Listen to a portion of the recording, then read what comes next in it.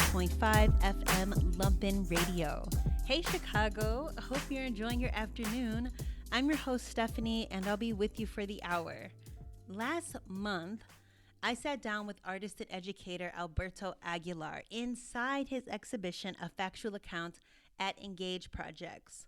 We were literally surrounded by the work, everyday objects, text, sound, and video.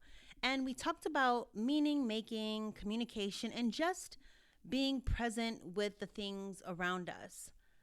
So today, we're revisiting that space. Think of it as a little time tour. Come along and listen with me. Here's Alberto. Welcome, Alberto.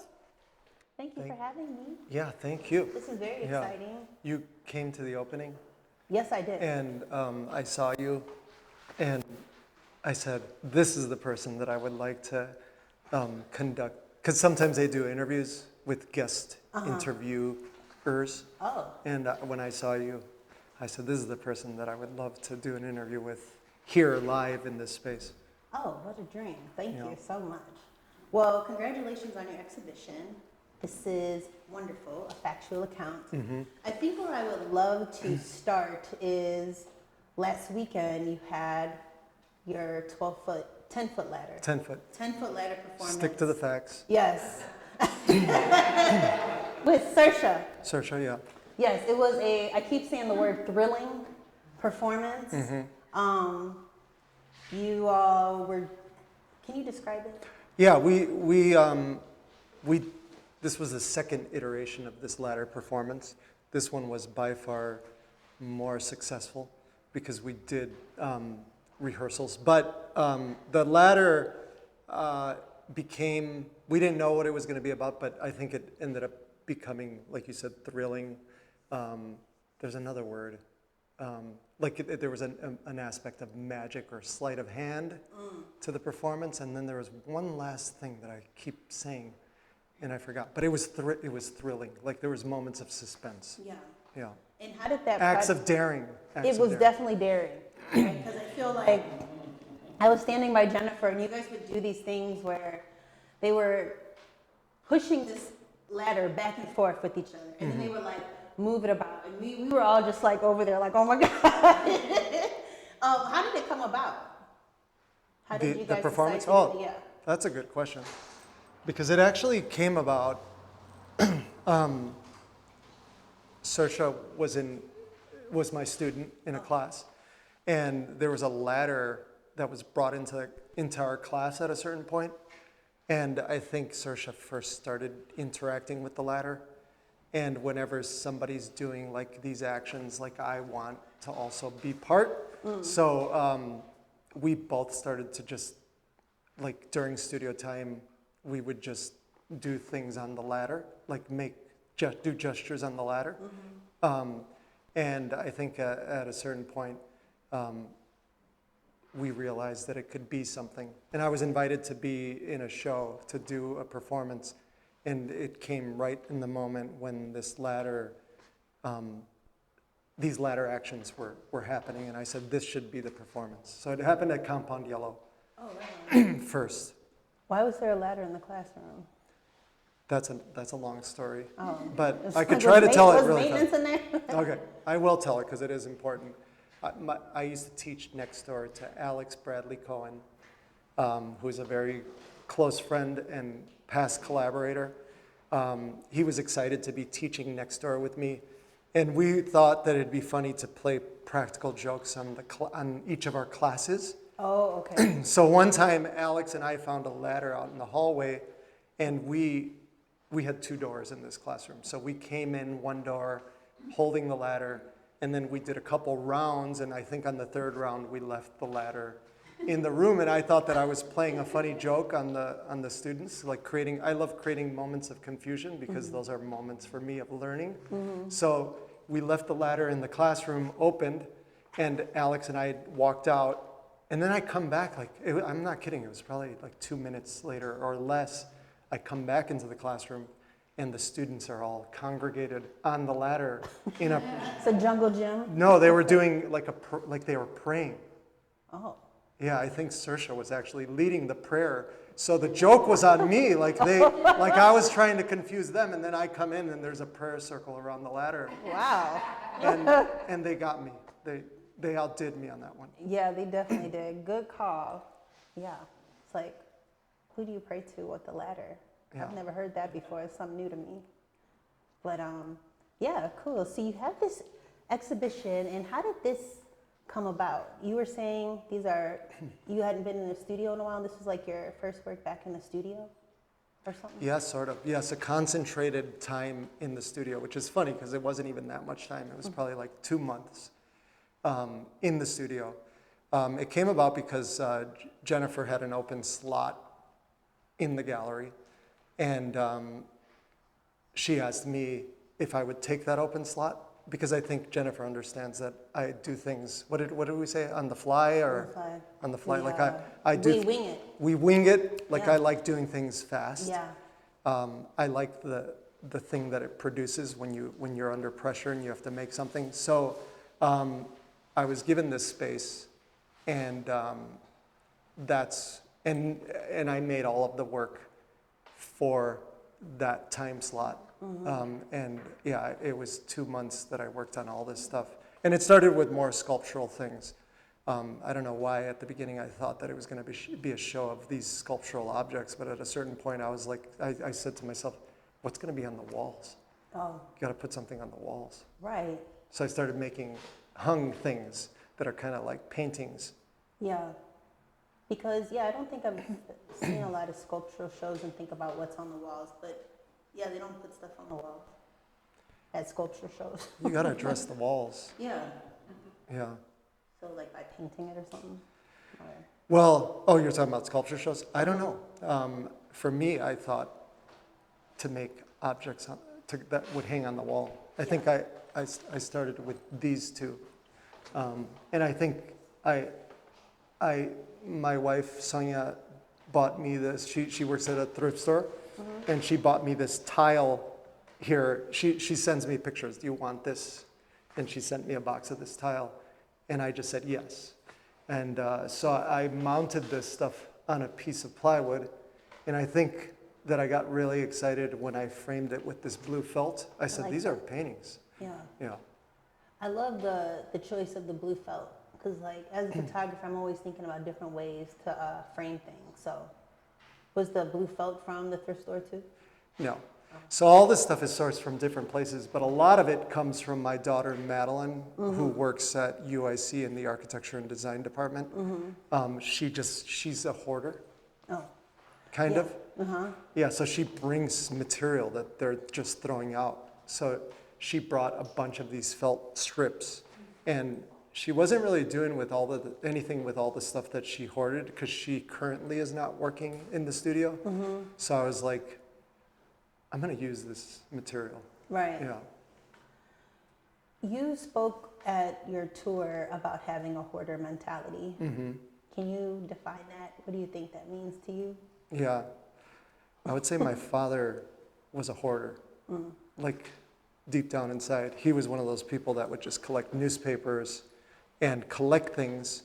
And, probably if it wasn't for my mom, the house would have, because he has a sister who's actually in the show also. She's the one that I made the sound recordings with. Oh, right. She was a hoarder.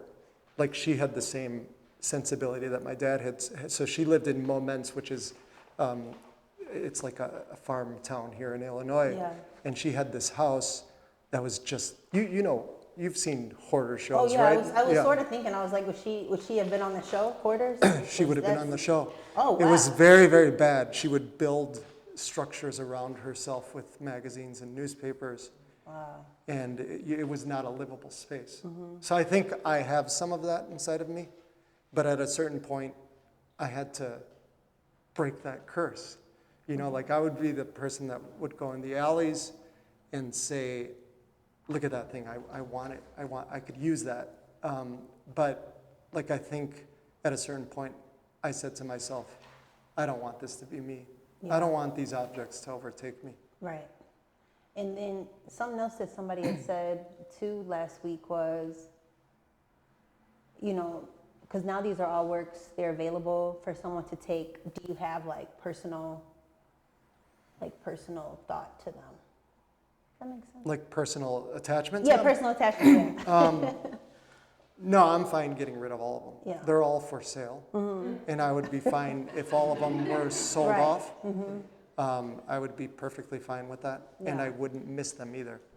I mean, I love when somebody owns my work and then I don't see it for 10 years. Because that's more exciting than holding on to it. Because when you hold on to it, you're too close to it and you can no longer see it. But when you're away from it for 10 years, it's like, it speaks to you. Yeah. It could speak to you. And it takes up space too. If you Yeah, hold on it to takes up space. Right.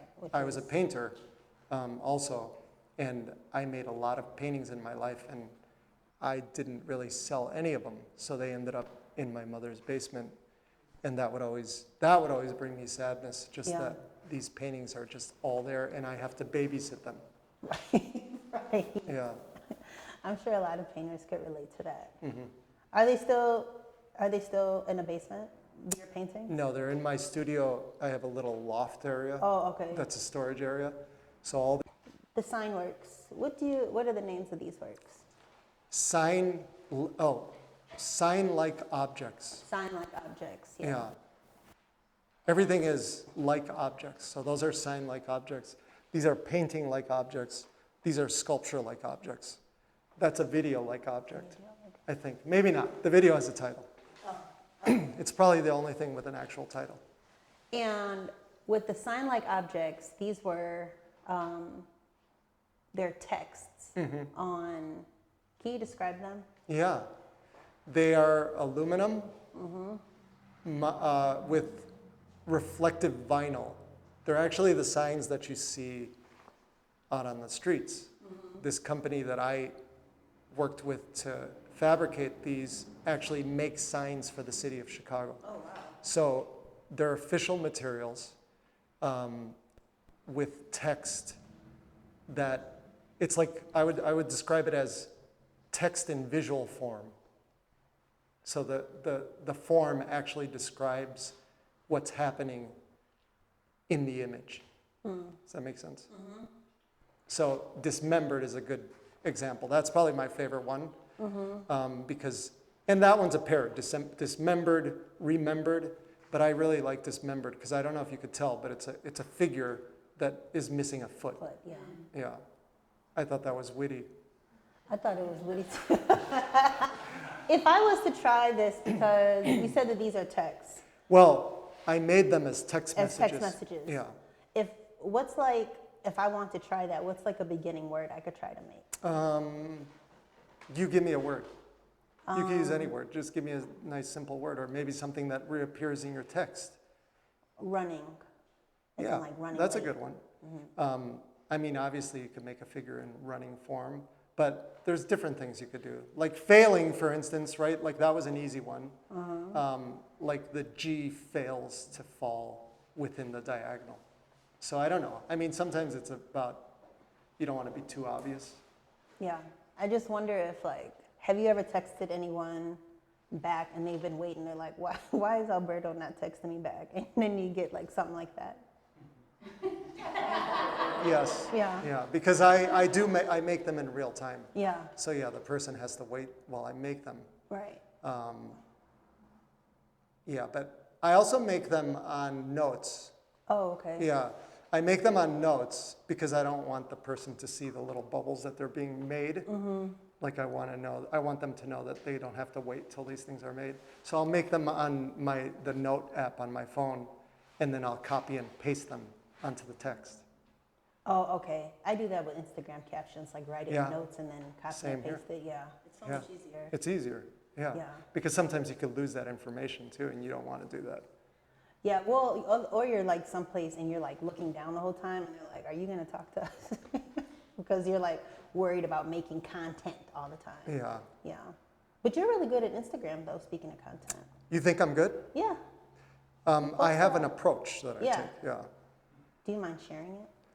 It's kind of like the show. I think I take on a factual account. I try to be factual with my posting on Instagram.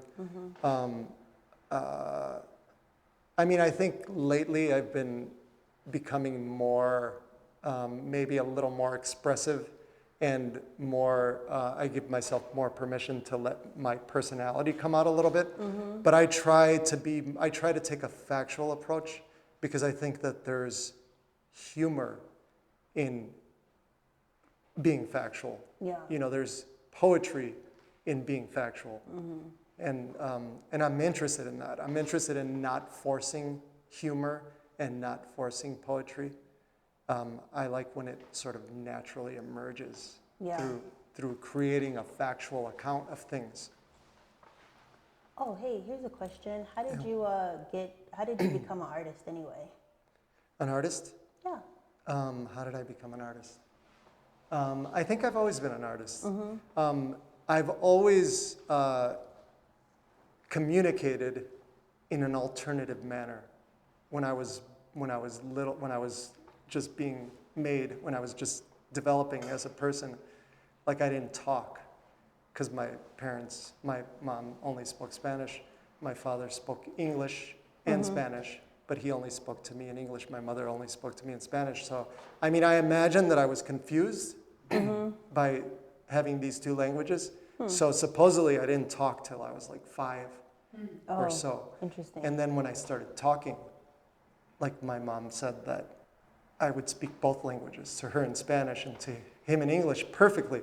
So it might have seemed like I was confused, but I was actually registering all this information that was being put into my brain. Yeah, that seems overwhelming. It sounds like that was like when people do that with their kids, I'm like, oh, that's actually smart because it's so hard to, like, I don't know how many people here like are on Duolingo trying to get our 5 minutes in. Yeah.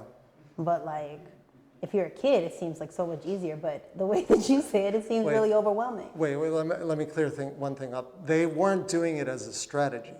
You know, like they weren't trying. Right, naturally, right. They weren't trying to educate me. I think they weren't those kinds of parents. Oh.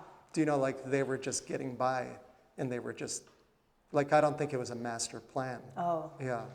My friend said, yeah, it's a master plan. Yeah. It's a plan for them to like make sure that their kids like know this language. Right. No. My kids don't speak Spanish because my wife doesn't speak Spanish, right? And they get mad at me that I never taught them Spanish. Yeah. But like it would have been too much work for me, and I don't have that kind of time. Yeah. Do you know, like, so I couldn't invest. You have to invest in the things that you're able to, and I wasn't able to teach them Spanish. It just would have taken too much time and too much effort. Does that sound lazy? No. That was a strategic move, though. Right. You're like, I don't have time. Yeah, you just said I don't have time for this, so I'm not going to do it. That's comforting as a parent, I would think. Yeah. Because it seems like overwhelming to be a parent, and you have to teach all this stuff, but it's nice that you could say, I don't have time, so I'm not going to do it. Yeah, you could choose the things that you teach. There's the one downfall is that you could get kids that are resentful towards you. Oh, I see. You don't have that though, do you? Yeah. Yeah. I think it's part of the mix. It's part of being a parent. Yeah. It just comes with it. Yeah, but we're still working through it. Right. I see. The trauma that I caused. Dang. Well, you know, when we had first did our recording, I asked if like your work was about family. Remember? And you're like, no. And I listened to a lot of interviews of you, like to prepare for this, and a lot of people would ask that, and you would be like, no. Like you're at one point, but like not anymore. Yeah. Like it's like evolved. But people seem to always remember that about you. Well, I think the main thing is I don't like being pigeonholed. Yeah, like I don't like saying, I don't like when people say, this is that Mexican artist, or this is that artist who makes that work about being a parent. Yeah. I think it's so much more complex than that. So I think that the work is about a lot of different things. So that's what it was. It's more me resisting being that person who makes parent art. Yeah. Yeah, I wouldn't want to be put in a box either. How dare they try to put you in? No, it's people do that because we're all trying to make sense of things in this confusing world. Well, do you have a favorite artwork in the show? Yes. Which Wait, do I? Yeah. I don't have a favorite work, but there's some key works that I think are crucial to this show. Like for me, I really like these two. Yeah, I like And I would say that I'm even more drawn to this one because of the color of this fake moss, and also this really nice pink red plexiglass. But I think that these I really like, and I think of them as siblings. You know, I think I like the arbitrary objects that I put on the surface and the hope that those objects create some sort of narrative, some sort of story. Yeah. But I don't have a favorite. I am believe it or not, I'm very pleased with this show. Looks really good. I think the video at our side here was really pivotal because this is also Saoirse, the ladder artist. This is Saoirse. We're in conversation, and I really like this work because in the video, if you ever have time to watch it, we're actually describing what's happening in the video, what the viewer is seeing in a very factual manner. And I think that this work helped me come up with the concept, with the idea, with the title of the show. You call Saoirse a ladder artist, but you can't put her in a box. Put them in a box. No. And I was just joking. Yeah, I know. And you know, one thing I think about with art, like when I was coming up, they always are like, "Oh, art's so precious, like don't touch it," you know. But I feel like with this work, you have to touch it. Like I think even if like this in my house, like I would have to raise this up. Like I'd have to touch it so I could vacuum. Or like, so it's like you have to, and like, I think it's cool because it like makes you have to touch art, which usually people think you should not touch it. And it's cool to know that this is fake moss because at your opening, people were having a conversation if like moss, if it lives on the wood, if it's real, or not real, like if it's alive at that time. And so people were asking if it was alive. I'm assuming it's fake moss. Oh. It might be real. Yeah. There's like, you could look up close and it looks like it's actual moss, but it's dead moss, if anything. Oh. Yeah.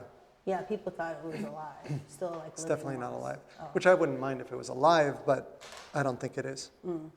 Yeah, but that came later on, the hanging string. And it hangs This over is there like, too at that piece. yeah, one of my favorite works, one of them, because I have a bunch of them. One of my favorite works at the Art Institute of Chicago is the work by Eva Hesse. That work where it's a big frame that's bandaged up, and then there's this giant metal hanger that this giant metal loop, semi-loop that hangs off the piece. Yeah. Like you could walk through it. And I have walked through it before. You're not supposed to because you get yelled at by the guards. But that's what I like so much about that work, that it sort of extends off the wall into our space, almost like a sculpture. Yeah, I've never seen that work, so that sounds, is that in the modern wing? It's in the modern wing. It's currently up, so I recommend it. Yeah. Seeing it. Cool. For exhibitions, I always like having some sort of programming, some sort of performance, some sort of activation as part of the show. That's so important to me because to me, objects they're dead. You know, they're like the moss, they're dead for me. Like objects are just dead things. So I like this idea that the space is also activated. For me, that's important. Yeah. Yeah. Yeah, I like that about you. You're always doing something with like multiple things, like often when you have shows, it seems like they're like become mini festivals, which I like. Yeah. Yeah. And then, do you think, okay, so if, Because I feel like, people have art shows and they'll have like an art talk and then that will be it. But if you were, say, if you're like an artist that is having a show, what are 3 things you should tell them to have to activate their space? But the first thing that I really, really like is inviting other people to activate it. Because I think there's something nice about having an outside voice that responds to your work. Like when I respond to the work, I'm responding with the knowledge, the previous knowledge and history that I have with the work. But when you bring somebody else in, like it becomes interpretive. And I like that. So I would say that idea of inviting people to activate your work is always fun. So that's the first thing. Can you reiterate the question? I still know that. I wanted sort of like a guide if someone has an exhibition, like 3 programming ideas, I guess they could have. Well, this is a programming idea, like us talking in front of the work. Yeah. So that's always nice. Then you said somebody to activate it. So that's Something 2. to activate it. Some sort of live discussion that could also potentially include the audience. I don't want to say another one. Like I gave the tour here, but I think for the last show that I had here at Engage, I fed people. So like making food. Yeah. So I think like some sort of food situation is nice. And it just wasn't plain old food. I actually made a mole sauce with 50 ingredients that was sourced from a store down the street here. And I served that sauce that I made on one day. We invited people to come and eat here. Okay, that's cool. So I think food is always a good activation. Hey, interrupting the conversation because we have to take a break, but we will be right back.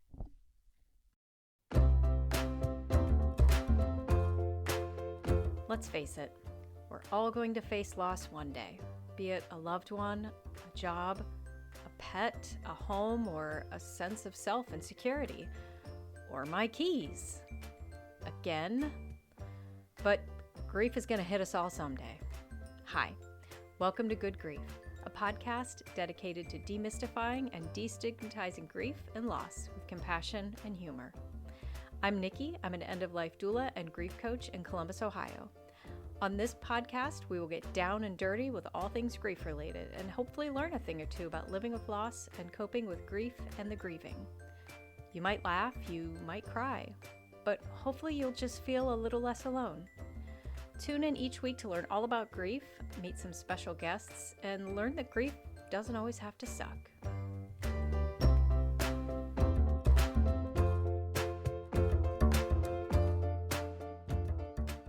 You're listening to WLPN LP Chicago 105.5 FM Lumpen Radio. Let's step back into the space and back into my conversation with Alberto Aguilar. You had said that you had maybe about like 2 months to have the show together. And so when you don't have an exhibition you're preparing for, then how do you put boundaries on yourself? And I always use boundaries, or what I call a framework, all the time. Like I regularly use it because I feel like there's something generative about using boundaries. And it's sort of like counter, or like you would think that there's something contradictory about it, right? Like, because you think of boundaries or the framework or rules as debilitating or restricting, but I see them in the opposite way. Like for me, the framework creates a very generative situation. It makes me very decisive. I'm very indecisive as a person. Like I'm the person who goes to a restaurant and I want to mess around. I want to play with the waiter. I want the waiter or the server to tell me what to get. Because like I see a menu and it's just like, I love going to restaurants that they have very small menus.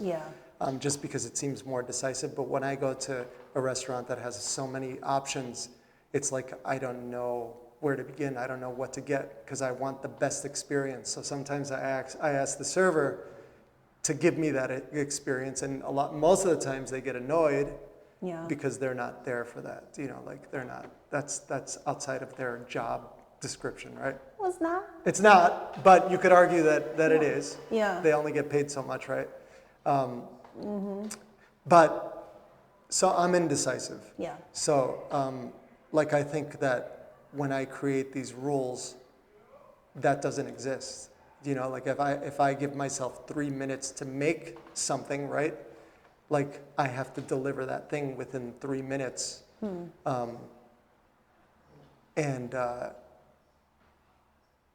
And it's fail-proof, right? Like if I was making a performance that lasted, which I do all the time, which lasted 3 minutes and moved within this space, like if I know that it's 3 minutes long, all I gotta do is fill that time. And it doesn't need to be good, I just need to fill the time. Yeah.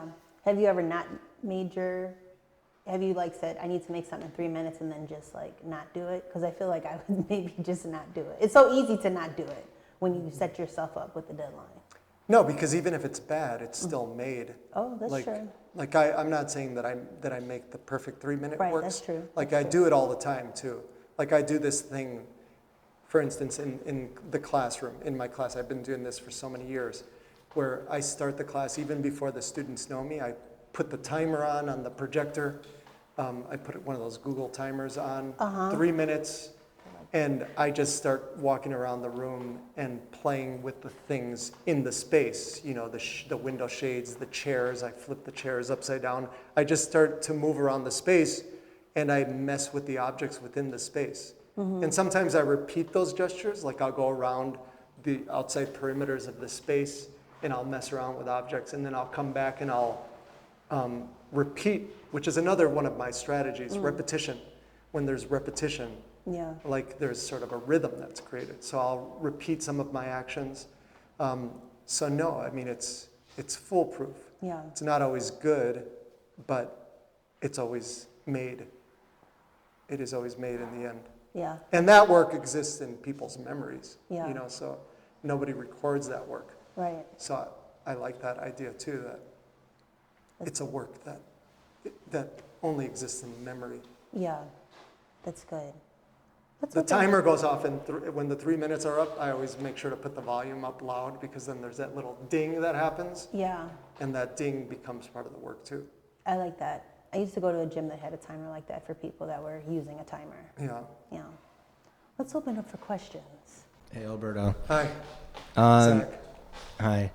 So you mentioned that a lot of the objects in these works are arbitrary, but yet there's such a strong intentionality in the way that you organize them. So I guess I'm just curious what the significance is for you to organize them in the ways that you have. Yeah. I mean, naturally, I'm a composer of objects. You know, like I kind of have an idea of what works and what doesn't work. And even when I don't, I always ask people. Like I'll take a picture and I'll send a text and I'll say, what's off? I do that a lot, actually. I like getting outside voices because I'm in the middle of it and I can't see. It's kind of like the server thing, right? But I think naturally I do know how to compose things because I've been doing it for so long. But even with composing things or even with organizing things, a lot of times I use default methods. Like I like using size as a way to organize things. And all the different other possibilities. I mean, I think a good example is this sculpture in front of us, which is a horse that has a radio attached to the underbelly. It has like a piece of driftwood, and then in between, and then it has like a cat shelf, and it has the sub speakers and the little clay at the end held on by rubber bands.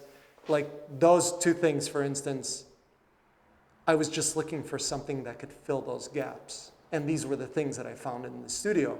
And I think that the books function in the same way. Like, these are the books that fit perfectly to create the tension with these bungee cords, to hold the driftwood on top and to hold the radio on the bottom. So that has to do more with, like, that arrangement has to do more with practicality. You might notice also that the books are organized by size. And although there was a lot of books to choose from, like, I'm also, of course, my choices are dictated through, content. Like, I thought herbs and spices, that's nice, that's funny, that could be funny. Like cooking, like what material is in this work. It referenced that. There's another book on aquarium fishes, Handbook of Tropical Aquarium Fishes. And then a book that Madeline brought into the studio, which is a McMaster book that is what is it? It's like a book catalog. It's a catalog Yeah, to order great. material, right? Yeah. And I like the bold lettering, I like the color, but it all fit. It was the right books. I had a lot of books to choose from, but these are the ones that aesthetically looked interesting, but also fit within that gap that was created. Yeah. So it's like, in some ways I could see it as like aesthetic poetics, but also contextual poetics. Because it seems like you're balancing, context with form and practicality. And then, at the same time, allowing it to exist for the audience subjectively. So, like, how do you, sorry to ask another question, but like, how do you, I guess, accept all of those within the context of one work? Yeah. If that makes sense. Yeah, it is a balance. It's like you're trying to pick things that work practically, right? But you also want to pick things that look aesthetically interesting. But you also want to pick things that could potentially have deeper meaning or implication.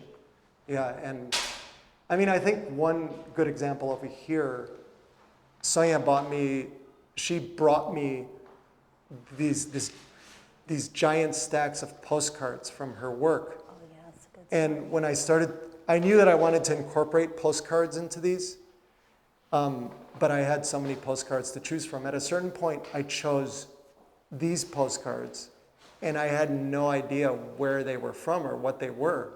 But when I looked at the back of them, they were the Anne Frank house. And like, for me, that has a lot of meaning because I read the Anne Frank diary, and it was a very impactful thing in my life. So I was really excited that could come into the work and people could potentially read meaning into that.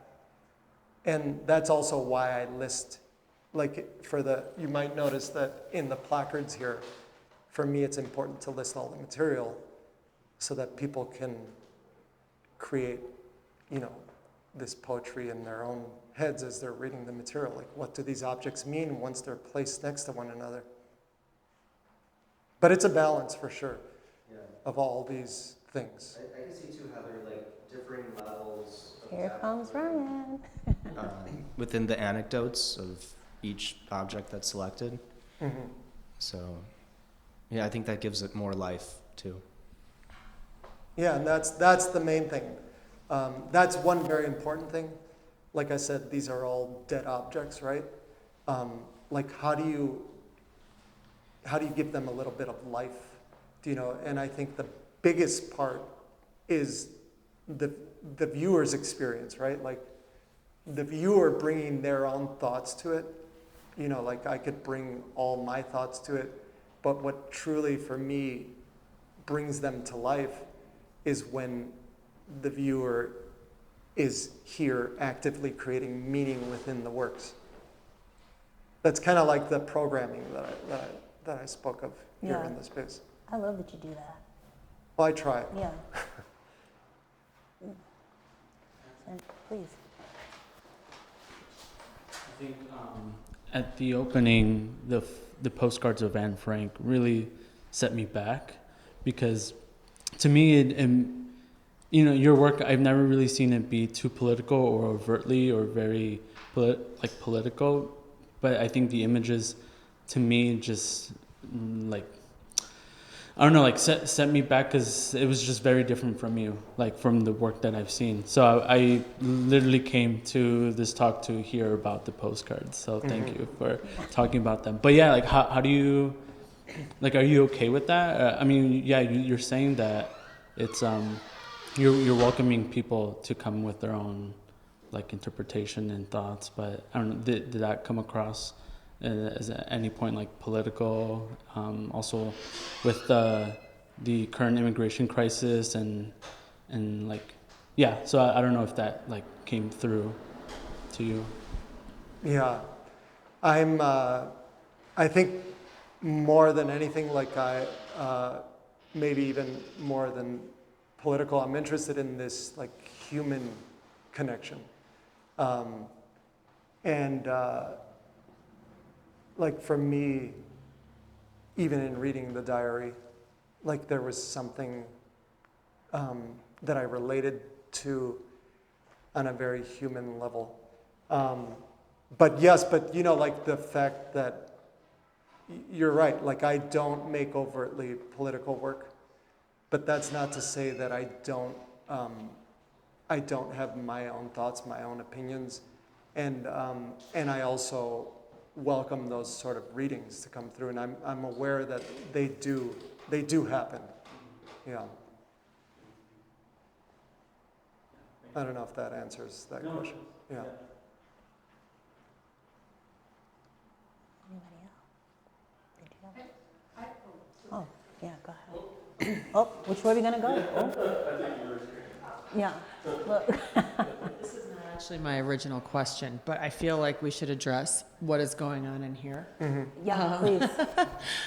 The chair, and if you can explain how that came to be. We don't have the sound on for obvious reasons right now, but there's a sound component, so I think it would be kind of important Please, to talk yeah, thank a little you. bit. Yeah.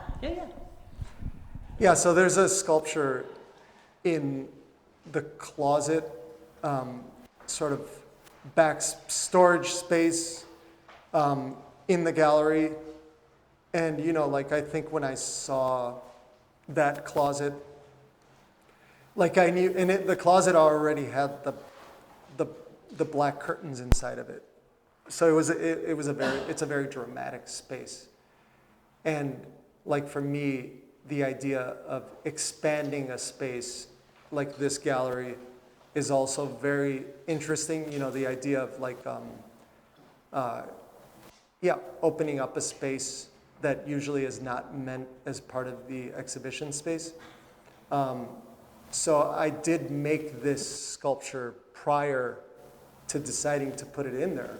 I made a sculpture that had light in it. And so where do you put this sculpture that has light in a very lit space? And it just made sense at a certain point to put it in that closet, to expand that space, but to also create a more quiet space and a more dramatic space. And yeah, that was the first part. The second part was putting the sound works in there, which I always knew. I mean, the sound works. Let me talk about the sound works. Yeah. I was in Phoenix, Arizona, visiting my mom over winter break, and all my family came.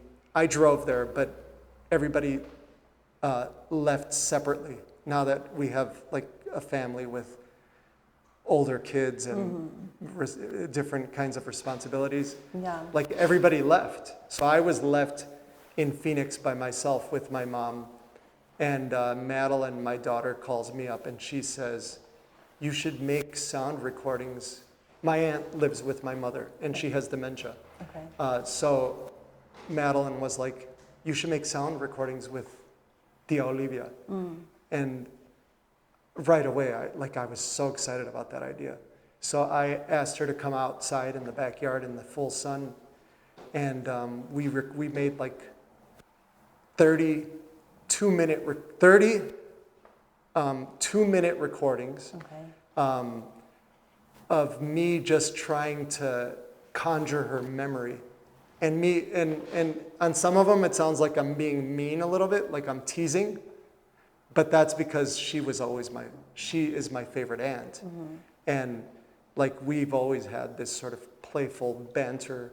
We also used to play with language all the time. Like she's very much into language. She's the hoarder person that I told you about. She was very much into like crossword puzzles. So there's one recording where it kind of seems like I'm being mean, but I'm just kind of trying to be playful, and I'm trying to conjure her memory. And there's a total of 4 recordings that I chose. And then I asked Madeline if she would make sound for the recordings. So they're accompanied with subtle sound. So I made those. And initially, we were thinking about making a video. I was thinking about making a video with these sound recordings on them.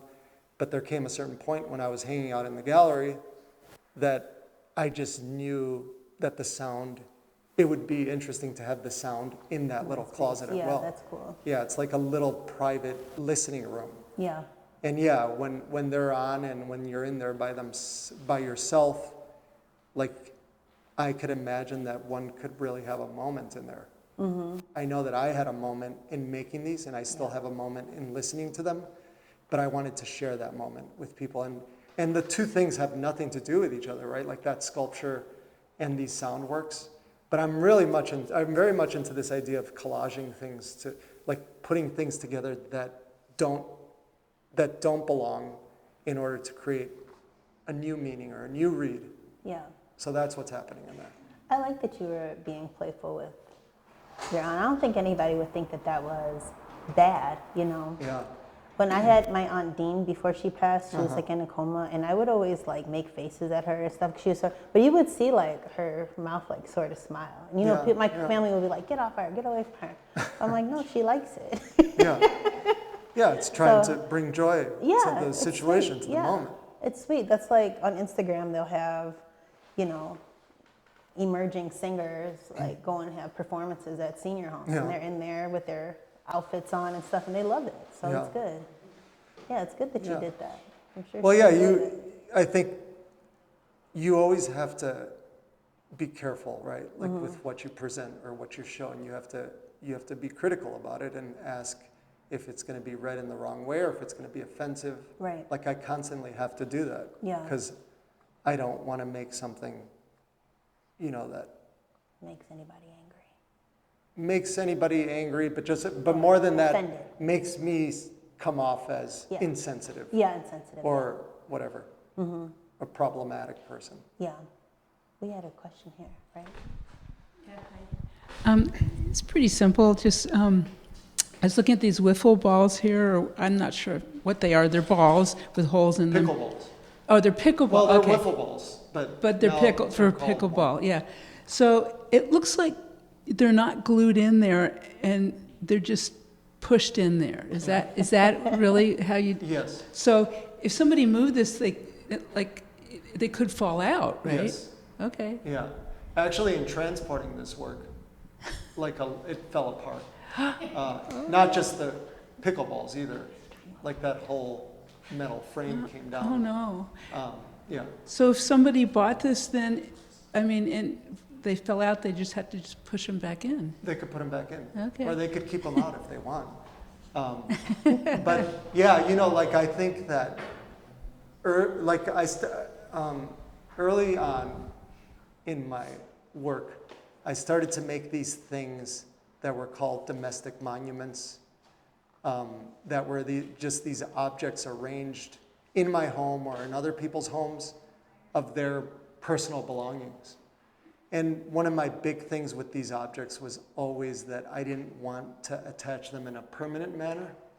Like for me, it was very important that they weren't affixed, you know, that they weren't, like I didn't use screws or glue or anything, like they just were self-sustaining, you know, that they held together in a self-sustaining. Alberto, thank you for letting me do this. Do you have anything else you think we should talk about? Do I have anything else? No. I feel like I could, you know, talk. I have other questions, but I won't, you know, for another time. We should go out in a certain way. What do you think? Who should do? I don't know. That's good. See, because so right now, certainty and doubt. I also like that piece. Do you get that piece? Like, Explain it. like there's certainty, like it splits right? through, yeah? There's certainty, which goes through on a diagonal clearly and without tricks, right? But then there's doubt, which meets up at the T of certainty, and there's one doubt that's read sort of left to right, and then there's one doubt that is read right to left, right? Yeah. But I was playing on this idea of like there being, when you're doubtful, right? Like it's hard to read it. It's hard to, like there's a moment of doubt that I created through that text where certainty doesn't have that. And I was just gonna say that like right now I'm presenting you with a moment of uncertainty. Yeah. And like where we don't know how we're gonna close this out or how we could close this out. But I believe that we could do it somehow. Like how do we close this out in an interesting way? And like we could fail, you know, like I created a moment where there's potential for failure. Yeah. Are you scared? Yeah. So am I. I am too, but What I think is I'm like, oh, it's like, should we give each other a high five? I mean, but then I think that's not cool. Like now it feels like it really needs to be something. like we need to deliver something. Yeah. Yeah. And that's like, you know, I was laughing with Sherry. I was like, she was saying everybody should look under their seat for like Oprah moment. Yeah. You know? But if you look under, there's not going to be anything. Well, maybe that's a lead. I also look for leads. You know, like you bring up the seats. Maybe the seat is the code. Like trade sheets? Like trade trade seats? seats. Yeah, we could trade seats. Okay. We could start by trading seats. Okay. Yeah. Oh, I'm going to the carry my seat and I'm going to put it in. Oh, you're going to carry it. Oh, you want to? I thought, yeah, I didn't can't even lift think about stuff. I'm a lady. I thought about like trading spots, but you meant trading seats. But let's do that. Oh, you want to trade spots? Like now you ask me a question? But this is your show. Yeah. No, I wasn't even thinking about that. But Oh. I could. Let's do that since you bring it up. That's since I'm in your seat Oh, and I took on the interviewer seat. Maybe that's a good idea. You crack the code. Like I ask you a question. and then everybody's like, we came to see you. We didn't come to hear No, this lady. but I have just the question I want to ask you. Oh, okay. It involves a grocery store. Oh, yeah. I grew up in a grocery store. Right, My right. parents owned a grocery store that actually kind of looked like this. There was a front window, and we would see things through the window. One time I saw somebody chasing somebody with a gun out the window, and my dad said, "Get down," and I had to get down. This was on Cicero Avenue. Man. But I guess my question to you is, I heard that you wanted to own a grocery store Yeah. that was also an art space. Yeah, you Right. gave me the idea to make it an art space. Oh wait, this was my idea. Well, I told you I wanted to own a grocery store. Yeah. And the grocery store is on, where I wanted to be is on 83rd and Stony Island.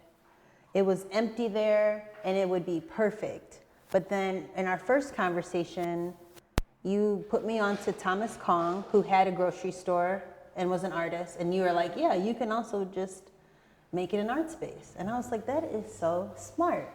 Because if you think about it, when you leave a show, what if you have to go to the store? But you're at the store. You can get your almond milk here. Right? So then I love that idea. But you know, now they made that specific area, now it's a Family Dollar. And I hate that because there's already a dollar store like down the street and then up the street. It's like now all the dollar stores are there. So- but it's still a dream because But it's a dream, and it's I it's want sort of that. at a standstill a little bit. Yeah, in the city, they make it hard to like get property. They're Yeah. like, oh, this property's been stagnant.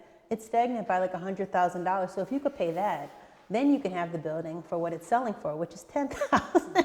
It's like, okay. And Yeah. then Well, maybe I could do little grocery pop-ups. yeah. Would that be cool? I don't know how to do that. Well, I hope it happens. Thank you. And let me know. Thanks for the idea too. I mean, you really did give me that idea. Yeah, I had thought of it forgot before. that I gave you that idea, but Yeah. but let me know if I could support in any way. Oh, that's so nice. Yeah. Yeah. I feel like YouTubers. Yeah. Right. Cool. Well, thank you all so much. Yeah, thank you. Oh, Thank high you. five then. High five. Yeah. Cool. Thank you, guys. Thank you. All right, y'all. Thanks so much for hanging out with me this hour on noseyAF Live on Lumpen Radio. I am Stephanie. Big thanks to Alberto Aguilar and Engage Projects for their time and generosity, as well as Ryan Harder, who did the audio for that conversation. You can find more about Alberto's work at albertoaguilar.org and catch more episodes of noseyAF, plus the rest of the Lumpen Radio lineup at lumpenradio.com. Until next time, friends, stay nosy.